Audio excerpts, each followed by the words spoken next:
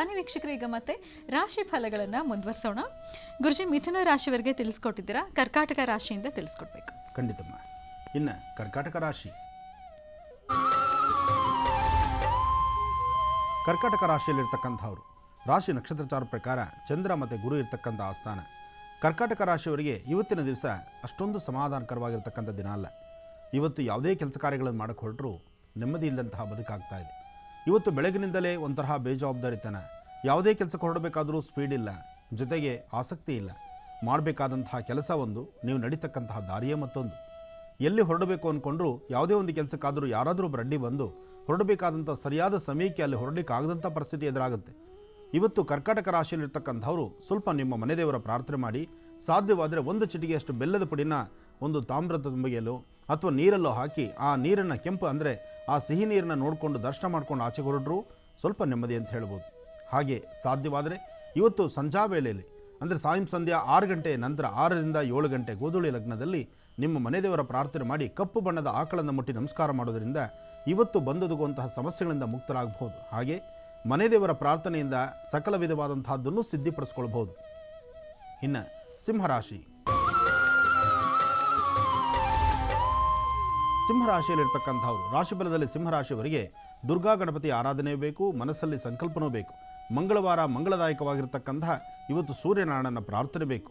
ಇವತ್ತು ಸಾಧ್ಯವಾದಷ್ಟು ಸಿಂಹರಾಶಿಯಲ್ಲಿರ್ತಕ್ಕಂಥವ್ರು ಗೋಧಿಯಿಂದ ಮಾಡಿರ್ತಕ್ಕಂಥ ಪದಾರ್ಥವನ್ನು, ಗೋಧಿಯಿಂದ ಮಾಡಿರ್ತಕ್ಕಂಥ ಬಿಸ್ಕೆಟು ಅಥವಾ ಯಾವುದೇ ಒಂದು ಪದಾರ್ಥ ಇರಬಹುದು, ಅಥವಾ ಒಂದಿಷ್ಟು ಚಪಾತಿನೋ ಇಂಥದ್ದನ್ನು ನಿಮ್ಮ ಕೈಯಿಂದ ಯಾರಾದರೂ ಒಂದು 4 ಜನಕ್ಕೆ ದಾನ ಮಾಡೋದ್ರಿಂದ, ಗೋಧಿಯ ಪದಾರ್ಥವನ್ನು ನಿಮ್ಮ ಕೈಯಿಂದ ಒಂದು 4 ಜನಕ್ಕೆ ದಾನ ಮಾಡೋದ್ರಿಂದ ಮತ್ತಷ್ಟು ವಿಶೇಷವಾದಂಥ ಫಲವನ್ನು ಸಿದ್ಧಿಪಡಿಸ್ಕೊಳ್ತೀರಿ.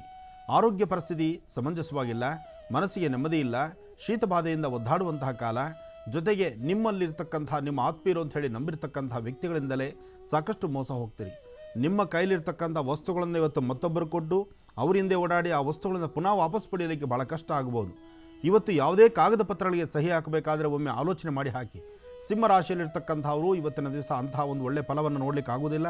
ಸಂಜೆ ಮೇಲೆ ಸುಮಾರು 4:15 ನಂತರ, ಸರಿಸುಮಾರು 4:15 ನಂತರ ಸ್ವಲ್ಪ ಮಟ್ಟಿಗೆ ಅಭಿವೃದ್ಧಿಯನ್ನು ಕಾಣಬಹುದು.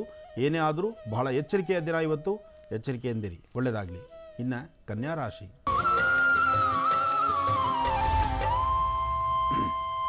ಕನ್ಯಾ ರಾಶಿಯಲ್ಲಿರ್ತಕ್ಕಂಥವ್ರು, ಕನ್ಯಾ ರಾಶಿಯಲ್ಲಿರ್ತಕ್ಕಂಥವರಿಗೆ ಮನಸ್ಸಲ್ಲಿರ್ತಕ್ಕಂಥ ನೋವು ಮತ್ತೊಬ್ಬರಲ್ಲಿ ಹೇಳ್ಕೊಳಕ್ಕಾಗ್ದಿರ, ಇವತ್ತು ನೀವು ಮಾಡಬೇಕಾಗಿರ್ತಕ್ಕಂಥ ಕೆಲಸಗಳನ್ನು ಸರಿಯಾದ ರೀತಿ ಮಾಡ್ಲಿಕ್ಕಾಗ್ದಿರ, ಅಥವಾ ಏನೊಂದು ಸಂಕಲ್ಪ ಮಾಡಿದ್ದೀರಿ ಆ ಸಂಕಲ್ಪವನ್ನು ಪರಿಪಕ್ವವಾಗಿ ಮಾಡಲಿಕ್ಕೆ ಆಗದಂಥ ಪ್ರಸಂಗದಲ್ಲಿದ್ದೀರಿ.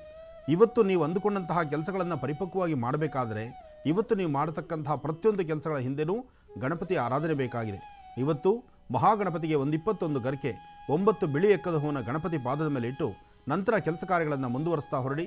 ಆಗ ಕನ್ಯಾ ರಾಶಿಯವರಿಗೆ ಸ್ವಲ್ಪ ಮಟ್ಟಿಗೆ ನೆಮ್ಮದಿ ಕಾಣಬಹುದು, ಒಂದಿಷ್ಟು ಬೆಳಕನ್ನು ಕಾಣಬಹುದು. ಹಾಗೆ ಸಾಧ್ಯವಾದರೆ ಇವತ್ತಿನ ದಿವಸ ಮಾಧ್ಯಾಹ್ನಿಕ ನೀವು ಅನ್ನಪ್ರಸಾದ ಊಟ ಮಾಡೋಕ್ಕೂ ಮುನ್ನ ಮತ್ತೊಬ್ಬರ ಹಸಿವನ್ನು ತಿಳ್ಕೊಂಡು ಒಂದಿಷ್ಟು ಅನ್ನದಾನವನ್ನು ಮಾಡುವಂಥ ಈ ಒಂದು ಕೈಂಕರ್ಯವನ್ನು ಕೈಗೆತ್ತಿಕೊಂಡ್ರೆ ಮತ್ತಷ್ಟು ವಿಶೇಷವಾದಂತಹ ಲಾಭವನ್ನು ಕಾಣ್ತೀರಿ. ಒಳ್ಳೆಯದಾಗಲಿ. ಕೈಮಾ ಲಿವರ್ ಚಕ್ಕಣ ಮಾಡುವ ವಿಧಾನ: ಒಂದು ಬಾಣಲಿಗೆ ಎಣ್ಣೆ, ಈರುಳ್ಳಿ ಹಾಕಿ ಹುರಿದು ಶುಂಠಿ ಬೆಳ್ಳುಳ್ಳಿ ಪೇಸ್ಟ್, ಅರಿಶಿನ, ಪುದೀನ, ಕೊತ್ತಂಬರಿ ಸೊಪ್ಪು, ಲಿವರ್, ನೀರು, ಬೇಯಿಸಿದ ಕೈಮಾ, ಟೊಮ್ಯಾಟೊ ಪ್ಯೂರಿ, ಗರಂ ಮಸಾಲ, ತುಪ್ಪ ಮುಚ್ಚಳ ಮುಚ್ಚಿ ಬೇಯಿಸಿ. ಈಗ ಕೈಮಾ ಲಿವರ್ ಚಾಕಣ ಸವಿಯಲು ಸಿದ್ಧ. ನಮ್ಮ ಇವತ್ತಿನ ಕಾರ್ಯಕ್ರಮದಲ್ಲಿ GFC ಖ್ಯಾತಿಯ ಕೃಷ್ಣಪ್ಪನವರು ಒಳ್ಳೆ ಚಾಕ್ನವನ್ನ ಮಾಡಿ ಕೊಟ್ಟಿದ್ದಾರೆ.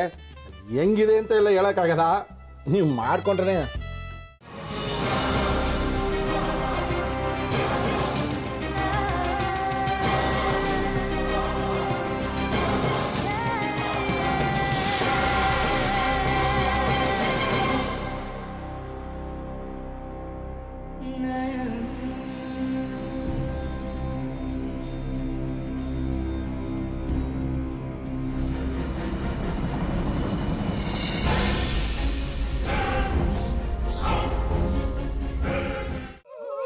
ಎಟ್ಟಿ ತಕೊಳಕ್ ಬಂದವ್ರನ್ನ ಸುಮ್ಮನೆ ಬಿಡಲ್ಲ, ರೂಮ್ ಕರ್ಕೊಂಡೋಗಿ ಸಾಯಿಸ್ಬಿಡ್ತದೆ.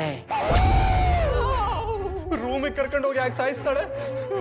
ಯಾಕಂದ್ರೆ ಅದು ಅವಳು ಪ್ರಿಯಕರನ್ ಸಾಯಿಸಿದ ಜಾಗ, ಅದಕ್ಕೆ ಅಲ್ಲಿಗೆ ಕರ್ಕೊಂಡೋಗಿ ಸಾಯಿಸ್ಬಿಡ್ತದೆ. ಈ ಮನೇಲಿ ದೆವ್ವ ಇದೆ ಅಂತ ಭಾಸ್ಕರ್ ಅವ್ರು ನನ್ಗೆ ಹೇಳೇ ಇಲ್ಲ. ಅವ್ರ ಹಟ್ಟಿಲಿ ವಾಸ ಆಗಿದ್ರ ತಾನೆ ಹೇಳಕ.